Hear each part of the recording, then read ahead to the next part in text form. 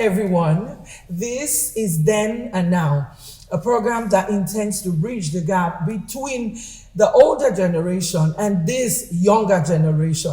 It is a time for us to always learn from the elders. There are a lot to learn from them. And aside that, aging is a process. It is not a death sentence. It is not a disease, and it is not any form of ailment.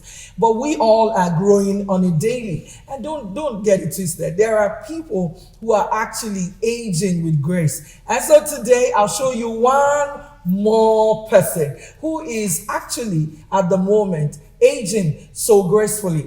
I have the honor today to introduce to you Pa Oluwole Igbasan.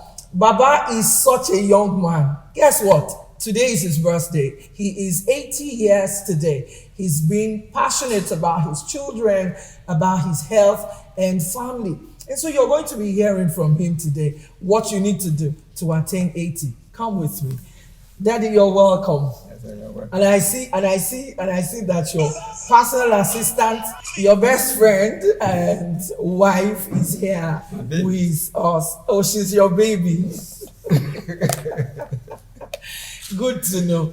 Baba, I want you to introduce yourself to us. I want you to tell us your name and your age. Jones Oluwole Igbasan. I am 80 years old. Okay, the correct pronunciation is Igbasan.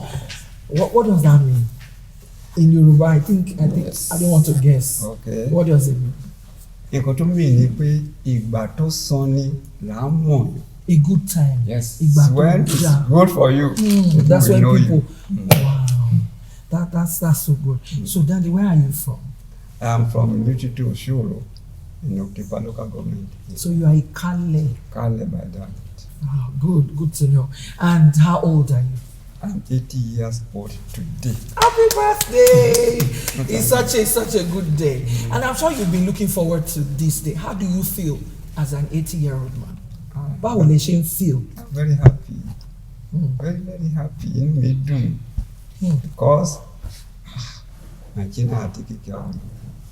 Your children are taking care of you. Yes, absolutely. They are taking care of me in all aspects. That's so good to know. Now, Daddy, at this age, what else do you intend to achieve? Kí ló tún wù yín kẹ́ ṣe ṣe at this age? Ṣó ṣì láwọn nǹkan tó ṣì wù yín láti ṣe? Personally, what I do is that to propagate the gospel. Tán ìyìn rere fún àwọn èèyàn. Ìyìn rere Jésù Kristi. Ìtàn fún àwọn èèyàn. That's just what I'm very passionate About doing. For people to know the knowledge of Christ. Yes. And know him and serve him. Yes. That's it. Okay. Now let me ask you, in the course of growing up, what are some form of experience you have had that you would like to share with us so we all too can learn from it? Well, I grew up in a village. Okay. And during that time, Yes.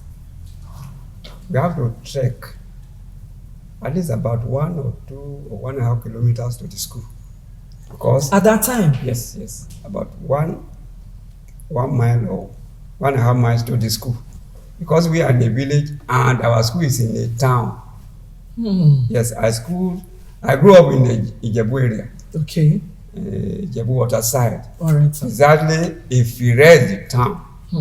So we are in a village. So every morning we trek from our village to the school. Trek Yes. to school. Yes. Now, what you see, this program is actually aimed at making comparison between your time and our time and this present time, because some people are even still younger than I am. Now, can your grandchildren trek to school now? Do people still trek to school? They will not. Before, even if you ask them to, what is it or here to that bus stop, they say, Daddy, give me transport. Or come and drop me now. Or you have to, you yourself, you as a parent, you will say, you are going to drop him in the school. Okay, so going by your experience in childhood till now, what is an unforgettable experience that you have? There must be something that you have not forgotten in the last 80 years. Yes. Yes. There was this particular day. Okay. My mother sent me from that our village to that town. It was on, I think it was on Sunday. Okay. To go and buy her thread to plait her hair. Okay. Actually, the woman who was going to help her, 41 be. Okay. But Sari Loba Mira one ablaze. So I ran there. Yes. I bought the thread. Okay. Then I put it inside the cupboard, inside one place. Went about to go and play football. You forgot to give it to her. I went to that village. All right. I went to that town. All right. I bought that thread. Okay. Put it somewhere. Then I went inside the town to go and play football. So my mother was waiting for me in the village. Oh. So after some time, I just remember, I grabbed the thread. As I was going, my mother was, I met her, it was coming to that town to go and look for me. So what was the consequence of that football? Okay, yeah, move forward. So as I was moving forward, it was cutting cane. Wow. I remember it was a Sunday. So when we go to that village, she flogged me. So you never forgot. Up to now. Okay, so that is taking you from that experience of using the cane on you. I'm sure you know that in this generation, people don't do that anymore. It's even not allowed in schools now. What's your take on that? If going by what the scripture says about sparing the rod and spoiling the child, what's your take about doing that to when us? You spare the rod, yes, sir. You spoil your own child. Even the Bible says that, look, Cain doesn't kill anybody, doesn't kill a child. See? Only wèrè tó wà ní àyà ọmọ kí náà fi yọ passion. So as a parent, even if the government is telling you don't flog your children, you are playing with your future. But children that are raised overseas are also not permitted to be beaten. So they are not permitted to be flogged that way. Yes. So what do you? I mean, they are raising these children too, and they turn out well. But look at their society. We are just looking at the brighter side of that society.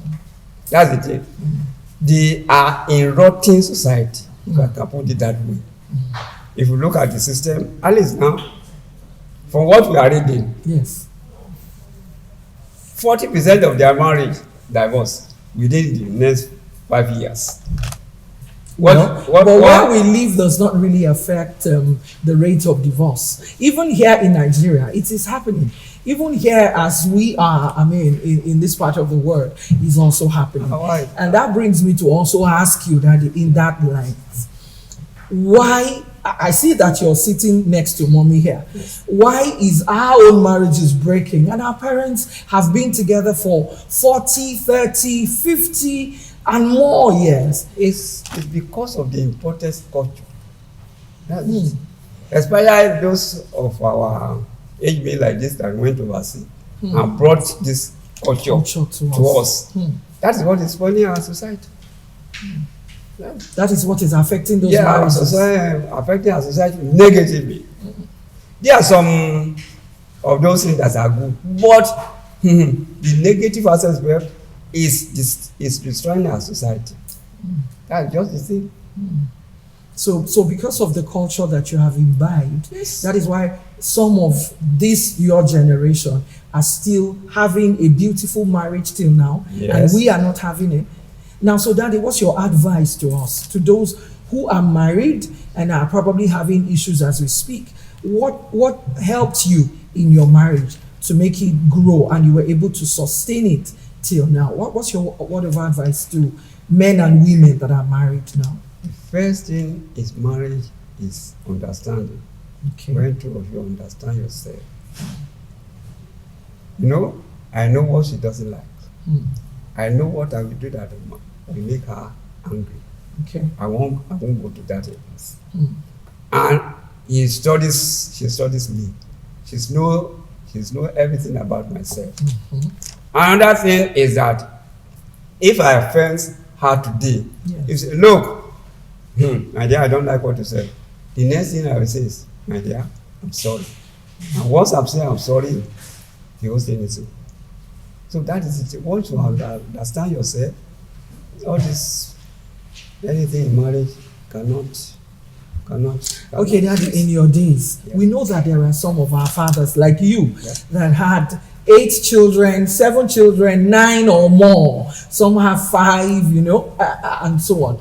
But in our generation today, you find that when people get married, they have just a child or 2. If, as a matter of fact, those who even have 3 and more are not very common. What do you think is responsible for that? The economy. To raise a child now, you know the cost. It's more expensive than Of your course time. now. For example, let me give one example. Okay, sir. My first driving license, Yes. I got it 5 naira. 5 naira. Your first driver's license. Yes, 1986. Obtained here in Nigeria. Yes, it's inside the car there now. 5 naira. Yes. So you can see how much you get it now. 20-something thousand naira. Yes. 20-something thousand naira. You can see. So it's the same thing. How much do you pay As school fees. as school fees? Damn. Though we know that it's not easy to get the money At that time too. at that time, but we are still comfortable at that time. Unlike this time. Another thing is that most of our generation, we are content with what we have. Contentment at that time. Yes, with what we have. But this Today. generation, space age or jet age or what we call them, Yes. so they look for something they are not expected to look for. Okay. See, that is it. A boy of 1920 want to write a G. True. And how do you get it? We look for means of getting. So that is it. And that is why when you are looking for something you are not entitled for, you get yourself into problems. Only for Kombale. Wahala dey. That's true. So those are the things. Thank you. I really am enjoying this conversation. Daddy, I'd like to ask you. Now, it is your prayer that when we have children, parents, when they have children, pray that their children would grow and they do better than they have done.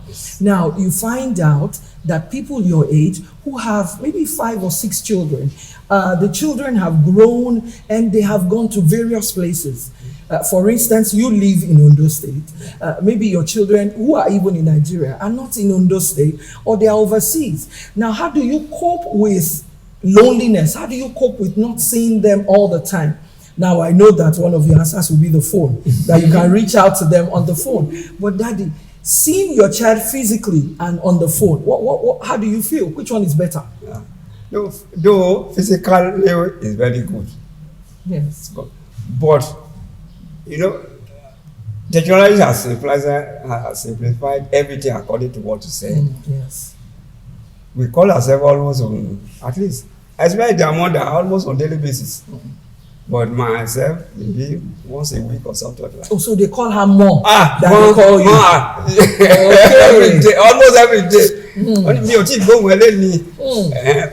So the bond of children mother is stronger than with their father. Of course. But there are some of us who love our fathers more than we love our mothers. For example, that's why But they still. I'm saying it in her presence. She's their My children confidant. loves me more than her. Okay. Just like that. Yes. It's very closer to them than myself.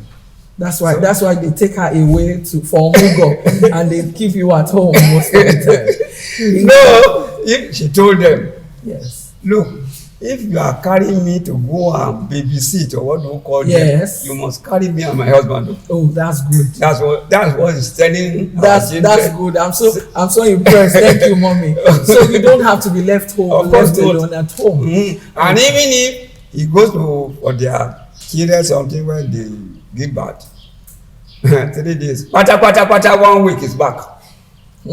Not that it's going to stay there for so long. Don't do that. Okay, Daddy. So finally, before we round off, I know that you're a man of God. You're Clearly, visibly, we can see that you're very energetic, and there must be a secret behind it.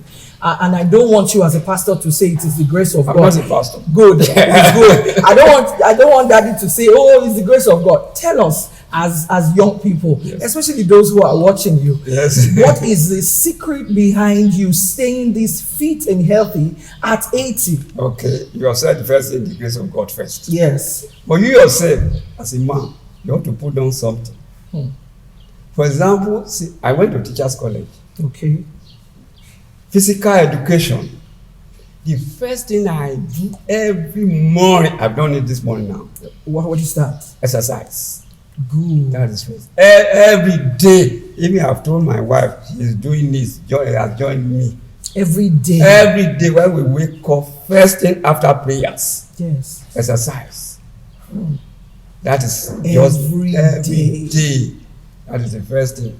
After that, a cup of hot water, not tea. A cup of hot water.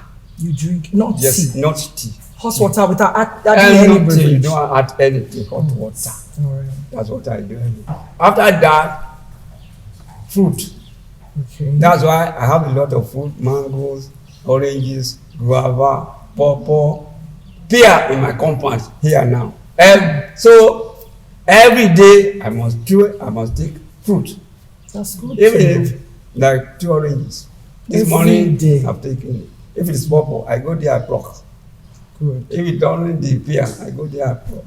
Wow. So good. that's just what I do every day. And after that, I do a lot. I have a garden. I must go to the farm. I must go there every day to go and do something in my farm. But Daddy, think about our generation where some people, for instance, in Lagos, we wake up as early as 4:30 to hit the road, and sometimes we don't even come back home until 11 p.m. Where is the time to go to the farm? Where is the time to do all of this you're mentioning? So what should we do? You see Lagos life? It's not about Lagos. It's about every No, I other want to tell young you, person. I live in Lagos for a very long time. Okay. For example, I went to Lagos 1966. Okay.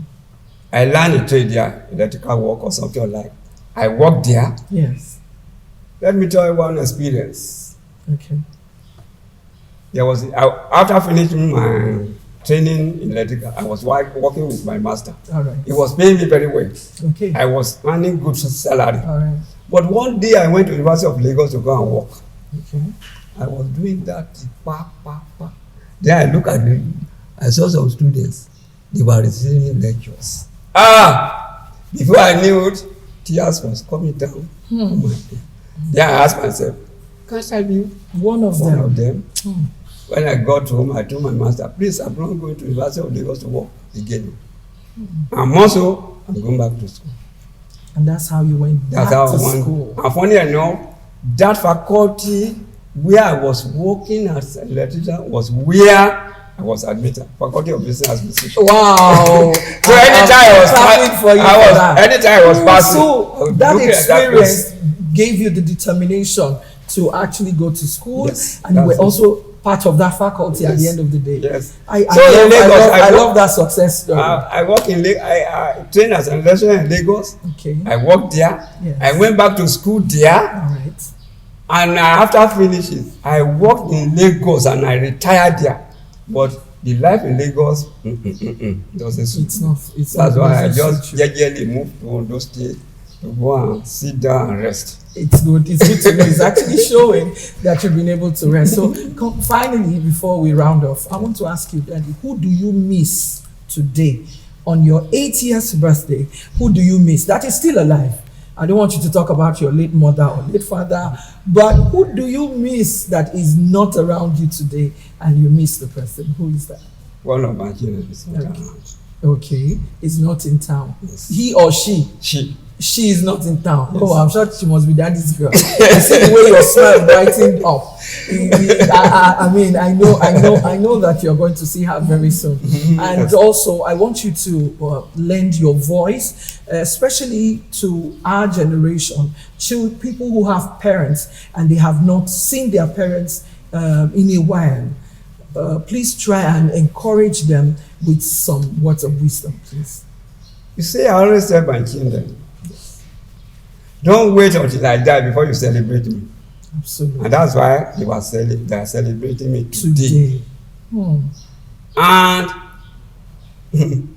I must eat good food at that time. Good. And you have to provide it. Good. And they are doing that. And they are doing it.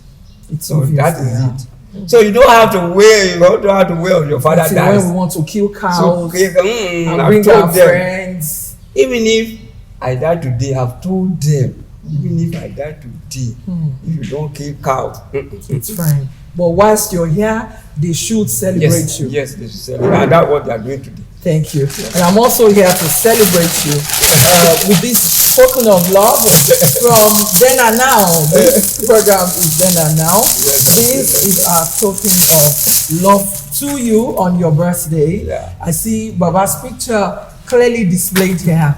The 80 years old Pa Oluwole Igbasan. Daddy, this is for you. Congratulations. It's for you and Mommy, yes. Mommy, thank you very much for taking care of him. We have a committed, dedicated, lovely father in Pa Oluwole Igbasan. Thank you very much for your time, Daddy. Eshe pupo. Mommy, eshe ekusoju. Thank you very much. Agbanya dale ni itoku lọ́jọ́ ayé yín ẹ ní fàìsàn lò. The Lord will strengthen you and your children. Bó ti wù kẹ́ pẹ́ tó láyé ẹ ní mọ bójú ọmọ. You will not cry. It's a day for you to rejoice, and we're also celebrating and rejoicing with you. Congratulations, sir. Thank you very much for your time and audience, and I say bye for now. And so to everyone, this is Then and Now. I am Kimo, and I'm saying bye for now. Thank you.